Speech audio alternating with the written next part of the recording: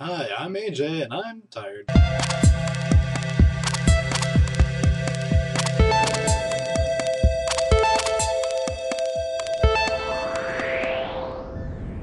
course, that might have just been because I had a huge, heavy coat on. It's getting cold around here. Anyway, welcome back to the Extraordinary Times Tuesday edition. It's actually my day, but who knows if Jeremy's going to be back. You could probably hear him coughing through the whole video. Here we go, first story. Coming out of the SAT scores, we've got a little bit of a troubling bit of news here. The lowest reading scores ever have been hit on the latest batch that has been set through. Really, to me, this is just kind of a throwback to yesterday, talking about how, the education system needs to be reformed. It needs to be more than reformed, it needs to be rebuilt.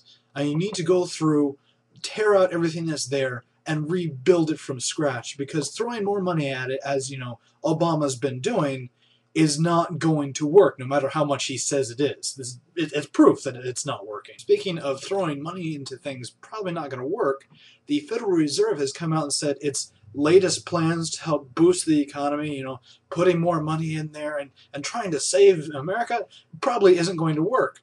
So why'd they even do it? They're not even really saying why they thought of this. The only thing I can think of is this is a last-ditch effort for them. And the fact that it's not going to work has really hit people. In fact, made the Dow drop 100 points. Ouch. Really, once again, showing that the policies that are in currently, yes, help temporarily. They help in the short term.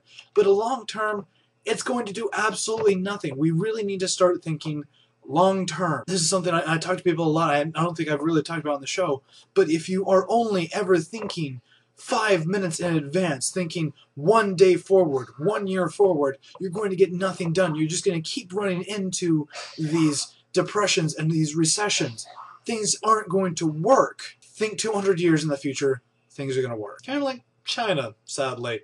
They're thinking in the future by, well, they just announced that they now have an aircraft carrier out in the waters. Now, it isn't armed yet. It doesn't have planes or stuff on it, but looking at it, it's looking pretty done. It's still going to go through a few tests. They still need to build the aircraft for it and everything. But going with the escalating tensions between China and Japan right now, this is probably not a good thing. But once again, like I said, proves my point. They're thinking in the future. We are not. And if we're going to continue this way, China's going to keep sending out aircraft carriers, and we're going to be caught flat-footed. So I'm going to get off of that subject a bit, just simply because I'm going to rant too much and take too much of your time. But I get to go on something else I'm going to rant on, so maybe that's not going to help. The NFL, if you haven't heard about this yet, then you're really not in the social scene at all, because this is actually spreading faster than anything else, even up to including Obama's tweeting that he supports gay marriage thing. In a game of Green Bay Packers versus the Seattle Seahawks, temporary refs were called in, and did some absolutely horrific calls. I mean, everybody watching knows the Packers should have won. I'm not even a Packers fan. I'm a Dallas Cowboys fan. And here comes the hate. And I know the Green Bay Packers should have won. Even some of the Seattle Seahawks are like, yeah, we should have lost. And yet they won due to some really just terrible calls. Anyway, what's even worse about this is the NFL is actually coming out and saying, yeah, the Green Bay Packers should have won, but they still lost. Sorry, we can't change this. What do you mean can't change this? This is actually a private thing. You can't actually go in and change rules if you want. This is a private company thing. You really could go in and change it because everybody wants you to. I guess they're not going to, but just a little bit of a tidbit here of who these refs are that they called in.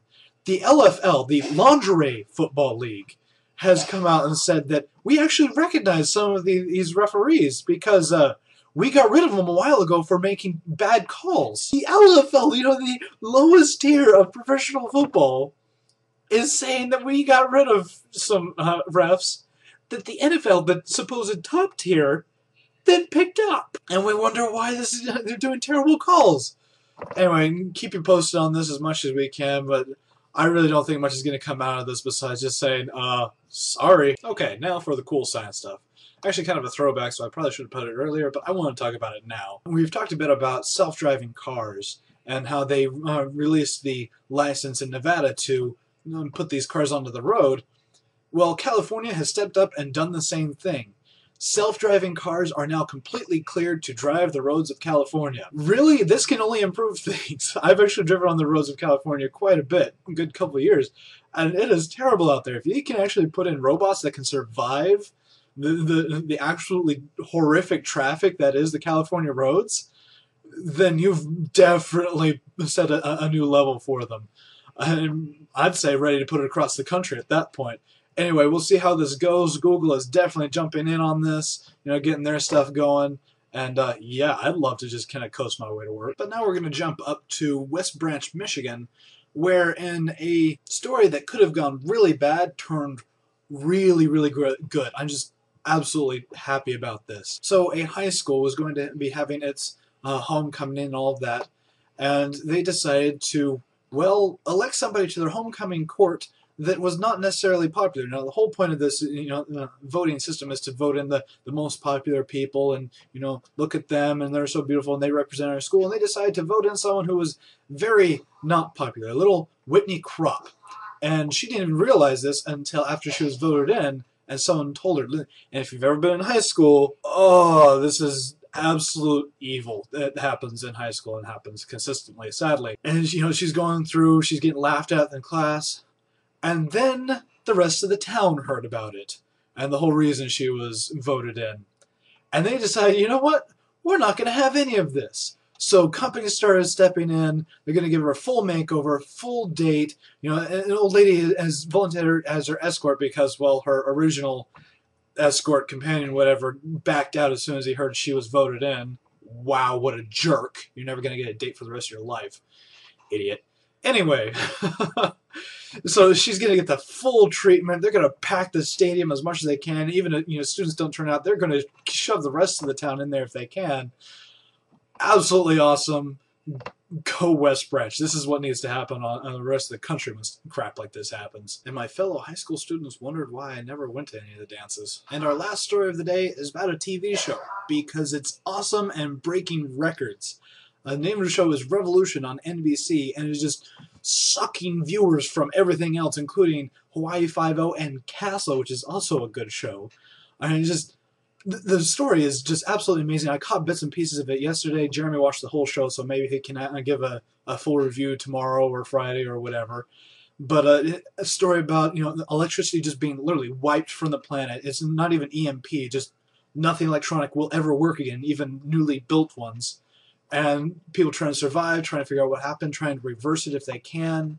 This whole post-apocalyptic survival thing that I am actually really glad is taking hold, because who knows, with all the weird, crazy crap that's happening in the world, we may actually have to go through something similar. And if people can watch this, they can see what could happen.